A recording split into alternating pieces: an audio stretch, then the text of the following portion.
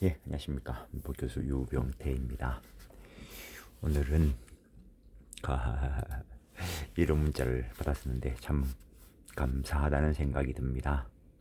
이분은 2016년, 앞으로는 이런 것도 안 올리겠지만 2016년도가 내가 그 법무사 2차 합격하던 해입니다. 뭐 법무사 가지고 1차 때문에 몇 년씩 공부하는 사람들 이야기도 들었는데 각성하십시오. 물론 내는 민법이 그냥 완전하게 돼 있다는 전제하에서 이야기하는데, 내가 사법시험 공부할 때 당연히 민법을 했겠죠. 학원 강의하면서 이제 형법 강의도 한 적도 있지만 거의 20년 이상 민법 강의를 했고, 그러니까 민법 떼놓고 시내마지만 하는 누가 있는데 라고 내가 말하는데, 일단 법무사를 공부해볼까? 시작하지 하고 그 법무사 공부 딱 시작하고는 1차는 2달 만에 합격했습니다. 민법 1회치나 전회치나 100점 맞을 거니까 공부할 필요 없고, 민법을 100점 맞을 정도 실력이 되면은 등기법인 받쳐주셔야 됩니다. 오늘 이분 말고 다른 분은 내 수업 들은 적도 없으면서 어떻게 알고 문자가 와가지고 지금 다른 일을 하고 있는데 법무사 시험을 치고 싶다라고 하길래 그냥 세부적인 이야기 안 했습니다. 그냥 그 유튜브에 있는 내민법 강의 듣고, 그 다음에 중앙법률교육원에 가가지고 그 내민법 도에 듣고, 그리고 할 생각이 있으면 다시 한번 문자를 주십시오라고 했는데,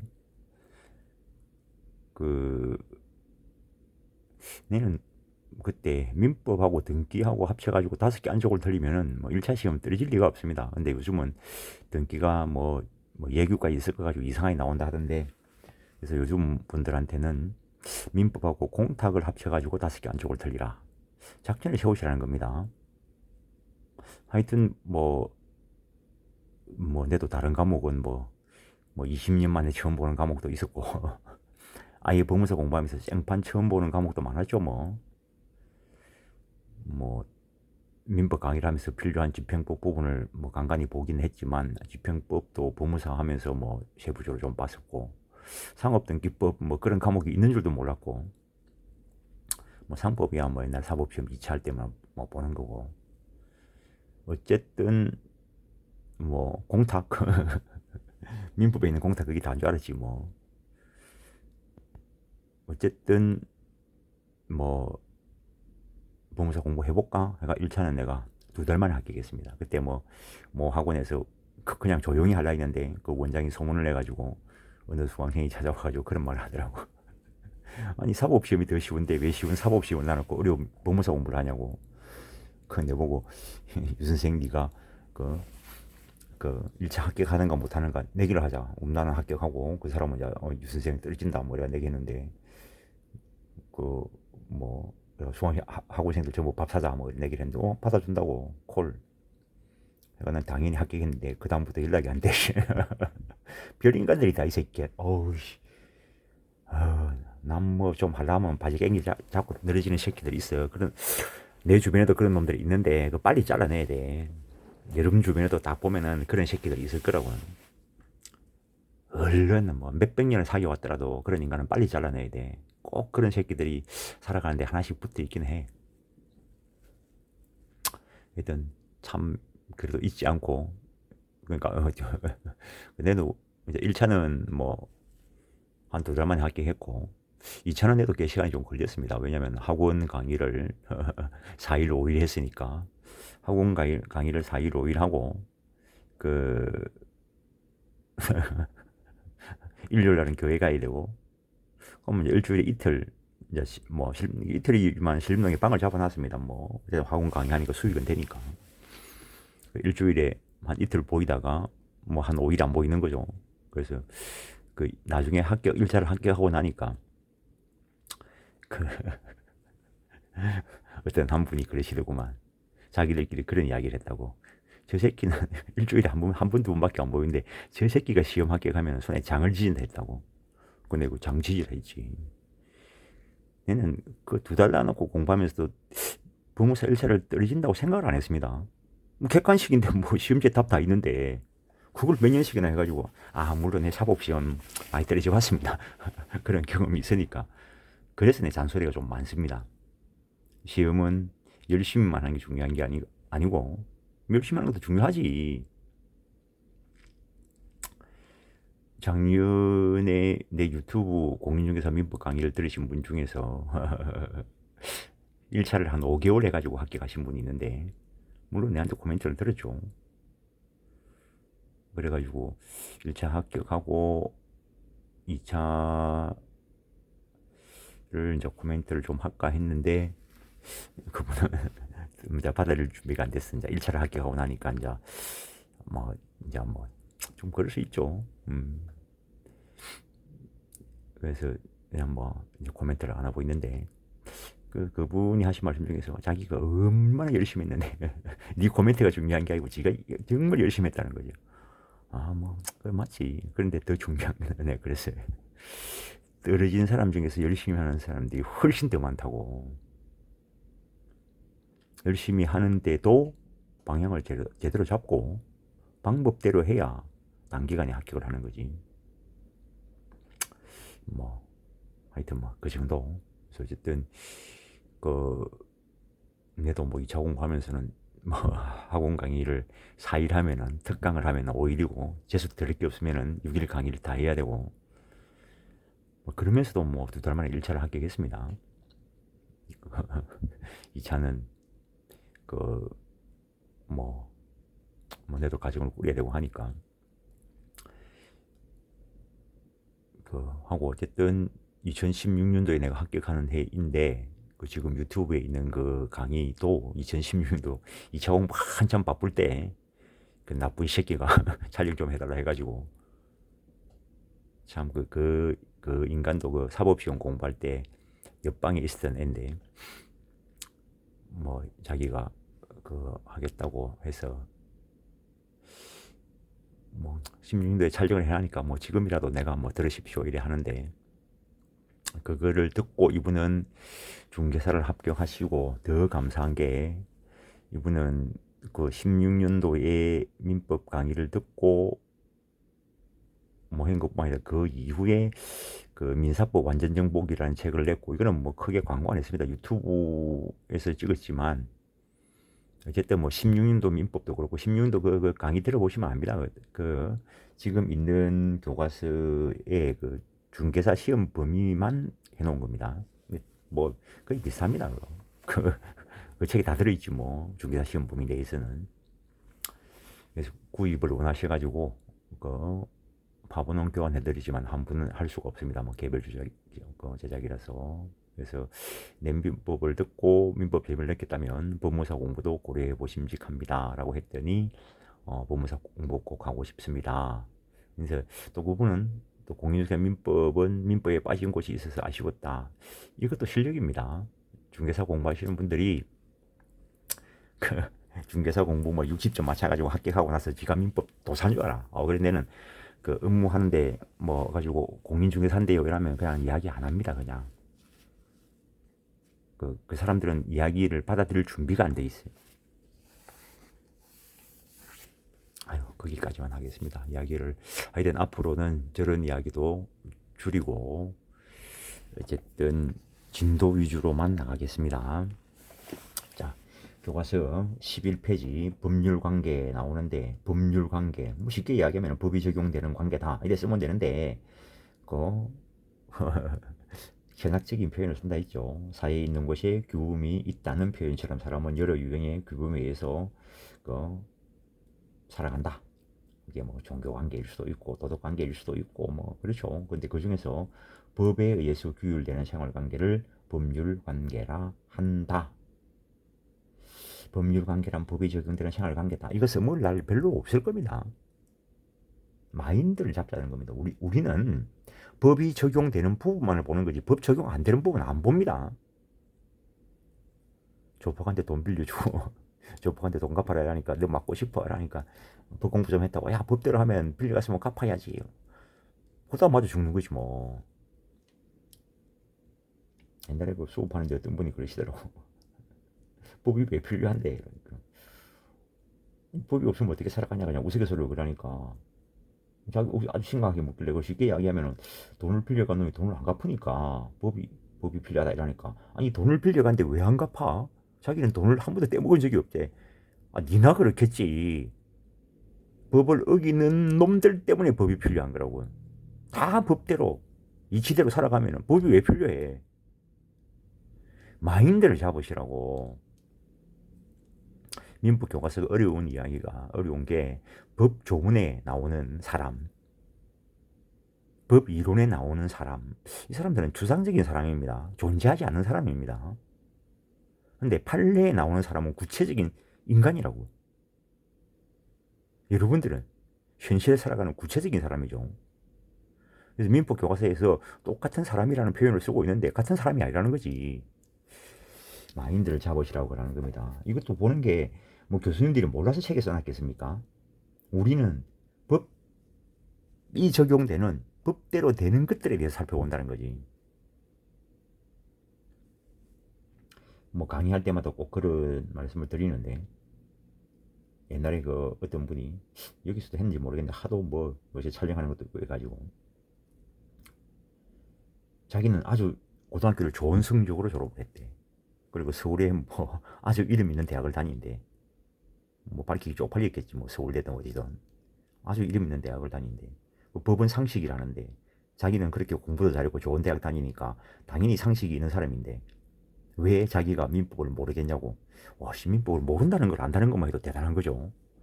오죽하면 소크라테스가 니 꼬라지를 알라 이렇게 하면서 다니겠어. 그거 때문에 나중에 맞아 뭐 독배를 마시고 죽었겠지만. 근데 참, 야 저런 생각을 가지고 책을 보나. 별의별 사람들 다 만나봤습니다. 인생에서. 어떤 사람은 자기는 고등학교 때 억수로 공부를 잘했는데 자기가 민법을 보니까 한 개도 모르겠대. 눈물이 난다고. 나이 60이 돼가지고. 고등학교 다닐 때는 수석했겠지. 40년 동안 아무것도 안 했는데 뭐 40년 지나와서 보고 알아지는 그게 이상한 거지. 마인드를 잡으시라는 겁니다. 그 내가 뭐라고 답변하냐면 야, 민법이 상식인데 자기는 상식이 뛰어난 사람인데 왜 상식을 상식의 민법을 모르겠냐고. 네가 상식적인 인간이 아니겠지. 민법 교과서에서 말하는 상식을 네가 안 갖추겠지. 법 마인드가 된 사람들의 상식입니다. 민법 교과서가 조폭들의 상식이 아니듯이 법 공부 안 한 니의 상식이 아니라고. 법 공부가 정상적으로 되고 법 마인드가 갖추진 그 사람의 상식이라고.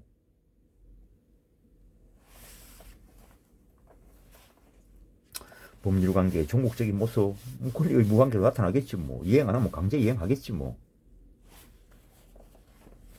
법률 관계의 구체적인 예, 매매 계약 체결하면 재산권, 이전 청구권, 대금 지원 청구권 이런 게 발생하겠지 뭐. 이래 이야기하는 이유가 여러분들이 들으시는 분 중에서 공부를 조금이라도 하신 분들은 그렇지 이라고 하는데 지금 생판 민법 교과서 처음 보는 사람은 쎄 빠지게 교과서 읽을 줄도 몰라. 읽어도 몰라 무슨 말인지. 왜? 매매를 보고 와야 알지. 그래서 모르는 건 그냥 넘어가야 했습니다. 법률 관계와 구별되는 관계, 호의를 베푸는 호의 관계, 법이 적용 안 되는 관계라는 거죠, 원칙적으로. 그래서 뭐 가장 단순한 예를 드는 게 호의 동성을 예를 드는데 그것뿐만 아니고 뭐 애기 있는 어머니가 뭐 시장 보러 갈 때 뭐 옆집 애기 엄마한테 옆집 아줌마한테 우리 애기 좀 봐주세요. 뭐 옛날에 시골에서 그랬지. 그때 그 애하고 잘 놀아주고 아무 뭐 사고가 안 나면 상관없고 자동차 동승하면서 역시 사고 없이 목적지까지 안전하게 대비해주면 문제가 없어요. 그런데 애를 딱 안 지켜보고 있다가 뭐 계단에서 굴러 떨어져가지고 애가 머리가 깨진다든지 뭐 자동차 안전하게 대비해줘야 되는데 그 한눈 팔다가 사고가 난다든지 그러면은 주의의무 위반 이런 것들을 해서 불법행위로 인한 손해배상 청구의 문제가 발생할 거라는 거예요. 호의관계는 당연히 무상관계이겠지만 호의관계는 당연히 무상관계이겠죠. 애 좀 돌봐달라 이랬는데 세대 오늘 애 봐주면 얼마 줄 건데 아이고 이번에 뭐 밥 사줄게요 이러면 호의관계가 아니죠. 그건 또 다른 계약관계가 되는 거죠. 호의로 자동차를 대비해 줄라 하길래 타고 갈라 했는데 기름값은 넣어야지 이러면 또 다른 문제죠. 그래서 호의관계는 무상일 수밖에 없는데 무상관계가 다 호의관계는 아니죠. 정려 계약이죠. 무상이죠. 그러나 그는 법률 행위로 인한 법률 관계, 계약으로 인한 법률 관계가 되는 거죠. 이 말도 공부를 조금만 하신 분은 그렇지 라고 되는데 처음 보는 사람이야 뭐 귀신 씨나라가 뭔 소리지 뭐. 호의관계에 따른 이행이 없는 경우에 무상계약에 대한 법리가 적용될 수 없다. 와, 내일 아줌마가 우리 아기 애 봐준다 했던 그 아줌마가 갑자기 아침에 일어나니까 세대 안 되겠네. 내 오늘 어디 가야 되는데 그렇다고 해서 채무불이행 책임을 물을 수는 없다는 거지. 왜? 법률관계가 아니었으니까. 기분이 상하겠지. 앞으로 저 아줌마 쳐다보지도 않을 거야. 인사도 안 할 거야. 기분이 나쁘겠지. 결국 법률관계인가 호의관계는 법적 구속의사 요구에 따라서 결정될 것이다라는 거. 이는 결국에 법률행위 해석의 문제로 귀결될 것이다. 법률행위 해석의 문제가 뭔데? 나중에 하겠지 뭐. 신사약정. 이거는 원래 법이 적용되는 관계인데 약정에 의해서 우리 둘 사이에서는 법 적용을 배제하자 이런 관계죠.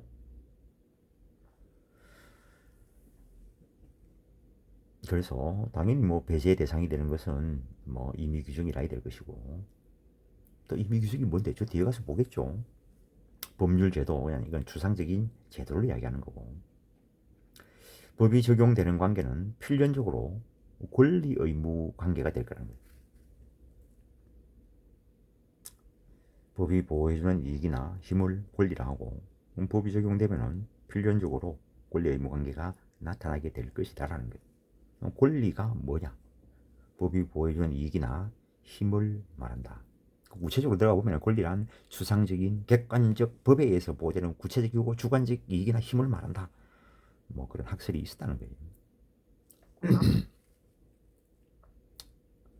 권리 이걸 일정한 규정에 따라서 나누어 보면 뭐 사람도 기준에 따라서 나누어 볼 수 있죠. 남자, 여자, 뭐 성별을 기준으로 하면 남자, 여자, 뭐 국적으로 하면은 뭐 한국인, 일본인 뭐 이렇게 나누기도 하고 연령으로 나누면은 뭐 어른과 뭐 애 뭐 이렇게 나누기도 할 거고 여러 가지 기준으로 나눌 수 있죠. 눈에 보이는 거 나누니까 그거는 쉬운데 눈에 안 보이는 거 나누니까 뭐 또 가겠죠.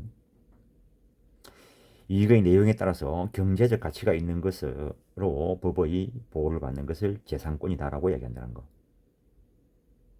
권리가 뭘까? 앞에서 말씀드리는가? 앞으로는 앞에서 말씀드리는가 이런 말도 안 하겠습니다. 권리 한마디로 이야기하면 돈 되는 거. 좀 더 법적으로 이야기하면은 뭐 소송 제기할 수 있는 근거. 민법 교과서에 돈 되는 거 이래서 놨지. 쪽팔리니까 안 쓴 거지. 경제학 공부하는 이유가 뭔데? 돈 벌려고 하겠지 뭐. 그렇다고 해서 경제학 교과서에 돈 벌기 위해서 뭐 이런 말 안 써놨잖아요. 재화 용적 이런 말 쓰는 거지. 하다못해 뭐 금융 관련 교재에 보더라도 돈 이래 안 쓰잖아. 화폐 뭐 이래 써놓고. 나름대로 자기들이 추구하는 학문에 좀 어떤 퀄리티 고가치한 것처럼 보이기 위해서 포장하는 거지 뭐. 그래서 경제적 가치가 있는 것으로서 법의 보호를 받는 뭐 그걸 재산권이라 한다 이래서 해야 되는데 그또법그뭐 어디 시험장에 가가지고 돈 되는 거 이랬으면 안 된다는 거지. 일단 거기에 물권, 준물권, 채권, 지식재산권 이런 것들이 있다는 거. 물권이 뭔데? 나중에 가르쳐 줄 거라고. 준물권이 뭔데? 나중에 가르쳐 줄 거라고. 채권이 뭔데? 나중에 가르쳐 줄 거라고. 인격권, 인격적 이익 향수를 내용을 나눠서 생명권, 뭐 초상권, 뭐 이런 것들이 있다는 거. 생명권도 침해하면 불법행위로 손해배상 청구권 이야기가 되죠. 가족권, 가족법상 지위에서 누리는 거, 친권 이런 것들, 사원권, 사단법인 사원의 지위에서 누리는 거. 거기에도 뭐 또 들어가면은 공익권이 있고 자익권이 있고 뭐 옛날 교과서 보면은 막 써놨죠. 그런 거에 빠지지 말라는 거죠. 그런 거에 빠지지 말라는데 재수 더럽게 뭐 한 번 시험에 나오면 어떡할 건데? 아 틀리면 되지. 그런 거 한 개 틀린다고 해서 합격하는데 아무 지장 없어요. 얘는 민법 객관식 문제를 풀 때, 아, 이걸 교과서에서 봤나 안 봤나 이런 거 안 떠올렸어. 그냥 내가 푸는 거지 뭐. 내가 찍은 게 답이지 뭐. 그런 자신감을 가지시라고. 그런 자신감도 없이 그래. 뭐 어쩌자 뭐 합격을 했다. 어떡할 건데 그거. 힘의 작용에 따른 분류, 지배권, 다른 사람 개입 없이 대상에 대해서 직접적인 영향력을 미치는 것을 지배권이라 한다. 거기에 대표적인 게 물권이 있고 주물권 이런 것들이 있다. 청구권, 다른 사람에게 일정한 행위를 요구할 수 있는 권리를 청구권이라는데 가장 대표적인 청구권으로 작용하는 것이 채권이고 그거 이외에도 물권적 청구권도 있고 뭐 상속회복 청구권 이런 것도 있다. 항변권, 청구권 행사에 대해서 반대할 힘이 있는 거 연기적 항변권도 있고 영구적 항변권도 있다. 영구적 항변권의 가장 대표적인 게 상속의 한정 승인. 공부를 하신 분들은 이제 감이 잡힐 거고 공부 처음 하시는 분들은 그냥 이름 들어보는 겁니다. 다 공부하고 돌아와가지고 아 여기서 이렇게 이름을 붙여놨구나 이런 겁니다. 형성권, 권리자의 일방적 행사에 의해서 법률관계를 변동시킬 수 있는 권리를 형성권이라 하는데 의사표시만으로서 효력이 발생하는 것도 있고 거기에 최고권, 철회권, 거절권, 뭐 동의권, 취소권, 주인권, 해제권, 상계권 그런 것들이 있다는 거. 아 형성권에 있는데 최고권, 철회권, 아 옆에 뭐가 있지? 해지권, 아 취소권. 아 그렇게 공부하는 거 민법 공부 아닙니다. 절대로 아닙니다. 그거. 주인권이 뭔 줄 알고 와서 취소권이 뭔 줄 알고 와서 아 그러니까 이걸 형성권이라고 이름을 붙여놨구나.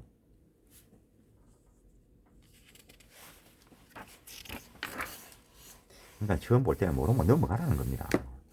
처음 볼 때부터 알면 그 인간이가 사람이 아니지. 그건. 처음 볼 때 모르고 넘어가는 게 아주 중요합니다. 자기식으로 이상하게 이해한 사람 그 용서해 줄 수가 없어. 내가 중개사 수업할 때 딴 쪽에서 민법 수업 듣고 와가지고 내 수업을 들으면서 막 해명해서 미치겠다는데 처음 머릿속에 잘못 들어가니까 정상적으로 하는 걸 이해를 못하는 거지. 냅다 외워가지고 뭐 역겹습니다. 그런 거 생각하면 그런 거 이야기하면 모르는 건 넘어가고 읽고 나중에 알아질 때를 기다리는 것이지 어거지로 외워가지고 엉터리로 이해하고 있는 거는 고쳐줄 수도 없습니다. 한두 살 먹는 애라서 잡아 팰 것도 아니고 주변에도 그런 새끼들이 있습니다. 그러든지 말든지 뭐 효력 범위에 관해서 또 저그들끼리 도토리 키재기해. 아휴 또래들이지. 우리 집사람이 들어오면 뭘 할 건데 내가 한 7년쯤 그 2차 학원 강의를 대준 동생이 있는데 그 동생한테도 내가 7년 중에서 6년 동안 한마디도 안 했어요. 학원비 몇 푼 대줘놓고 막 잔소리 하나 이 말 듣기 싫어가지고. 근데 7년째 되는 때에는 내가 뭘 했어? 맨날 하는 말이 아 형님 뭐 돈 내줘서 고마운데 아 저 사람 수업 들으면 뭐 내가 집보다 더 나은 것 같아. 개소리 하지 말라고. 특정 부분에는 네가 나올 수도 있어. 학원 강사가 진도를 끌고 가는 것만 해도 대단하다 생각해야지. 내가 마지막 회의는 그랬지. 그래 뭐 수업이야 듣든 말든 네 알아서 하고 답안지는 꼭 써봐라. 답안지를 꼭 써보면 이제 객관화되고 일반화되고 엉터리를 이해했던 게 이제 바로 잡아지고 하는 거죠. 공부를 쎄 빠지고 하고 이러는데 점수가 안 나오는 거는 네 고집대로 쓰니까 그렇지. 아까 내가 이야기했잖아. 또 혹시 뭐 급해가 이런 막 한다고 또 그렇게 하지 마시고 민법 답안지 쓰면서 돈 되는 거 뭐 이랬으면 안 된다 했잖아요.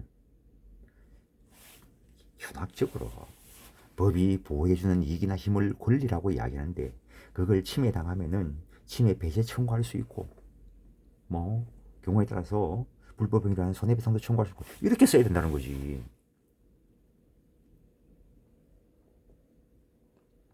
양도승 유무에 따라서 양도 가능한 권리를 비전속권이라 이름 붙여놨다는 거지. 저 처음 수업 시작할 때 그런 말 많이 합니다. 비전속권 마음에 안 들면 그 단어가 마음에 안 들고 네가 바꿔봐라고. 근데 네가 지금 바꾸는 그 단어는 아무도 안 따라줄 거라고. 바꾸고 싶으면은 네가 진짜 공부를 열심히 해가지고 학자가 돼가지고 고쳐봐라고. 또 경우에 따라서 또 그런 사람들도 있어요. 조문이 마음에 안 든대. 어떡하라고. 네가 국회에 가가지고 조문을 고쳐보든지. 또 어떤 사람들 판례가 마음에 안 든대. 그럼 네가 판사가 되어 고쳐보든지. 참 내가 말을 하면은 못 알아들을까 싶어가지고. 저 민법 공부하시는 분들은 이해하는 거 아닙니다. 네가 뭘 이해할 건데. 이해할 능력이 돼 이해를 하지. 그냥 받아들이는 겁니다. 처음 공부할 때는. 이런 것도 있네. 그게 종합이 돼야 이해가 되지. 더하기 빼기가 안 되는데 무슨 곱셈 뺄셈을 해. 더하기 빼기 곱셈 뺄셈이 안 되는데 무슨 수학을 해.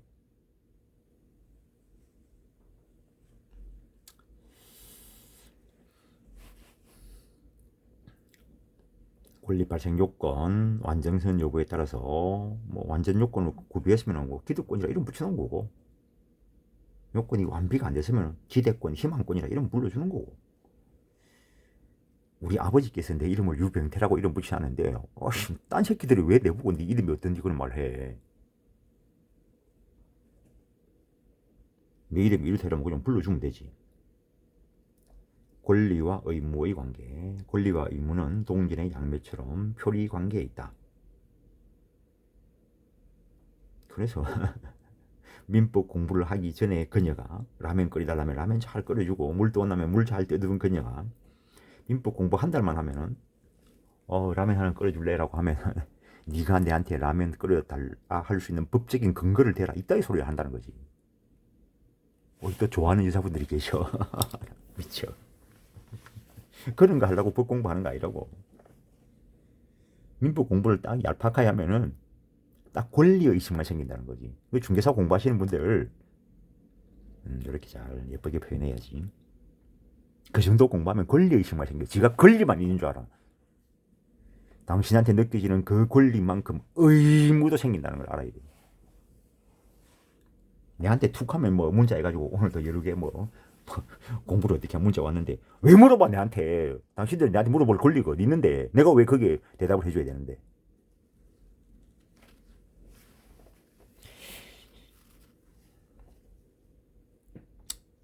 그래서 매매 계약을 체결하면은 매도인은 재산권 이전 의무가 있고 매수인은 재산권 이전 청구권이 있고 반대로 매도인은 지급 청구권, 대금 지급 청구권이 있고 매수인은 대금 지급할 의무가 있다는 거죠.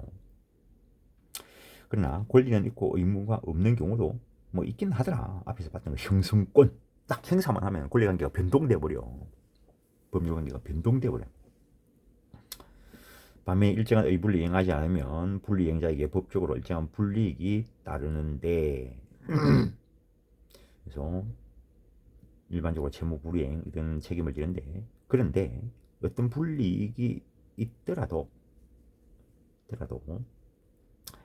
그 상대방에게 그에 대한 권리가 인정되지 않는 경우가 있는데 그것을 책무, 간접 의무다라고 이야기한다는 거. 지연된 승낙에 대해서 연착의 통지를 하지 않으면 연착되지 않은 것으로 본다. 연착되지 않은 것으로 보니까 계약이 체결된 것으로 따르지는 불이익한 측면이 있는데 그걸 하지 않은 사람은 그렇다고 상대방에게 어떤 권리가 있는 건 아니라는 거지. 권리에 대항하는 의무라는 개념과 관련하여 채권에 대항하는 채무가 있다. 그 정도 하겠습니다. 권리의 충돌과 행사 및 한계. 권리 충돌, 동일한 권리 객체를 대상으로 수개의 권리가 발생하는 경우에 그 객체가 수개의 권리를 모두 만족시킬 수 없는 현상을 권리의 충돌이다 라고 이야기한다는 것. 충돌할 때 어떻게 할 것인가?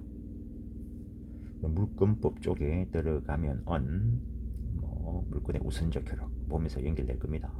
권리의 경합, 하나의 생활관계가 동일인에게 한 사람에게 수개의 권리를 발생시키는 수가 있다라는 거. 근데 내 물건을 빌려간 사람, 빌려간 사람이 공짜로 빌려가면 사용 차주일 거고 대가를 지불하고 빌려가면 임차인일 건데 빌려 쓰기로 한 기간이 끝났을 때 나는 내 소유물을 빌려줄 수 있는 그 소유권에 기한 반환치원권도 있을 것이고 사용대차나 임대차 관계 종료를 원인으로 한 채권적 반환치원권도 있다는 거.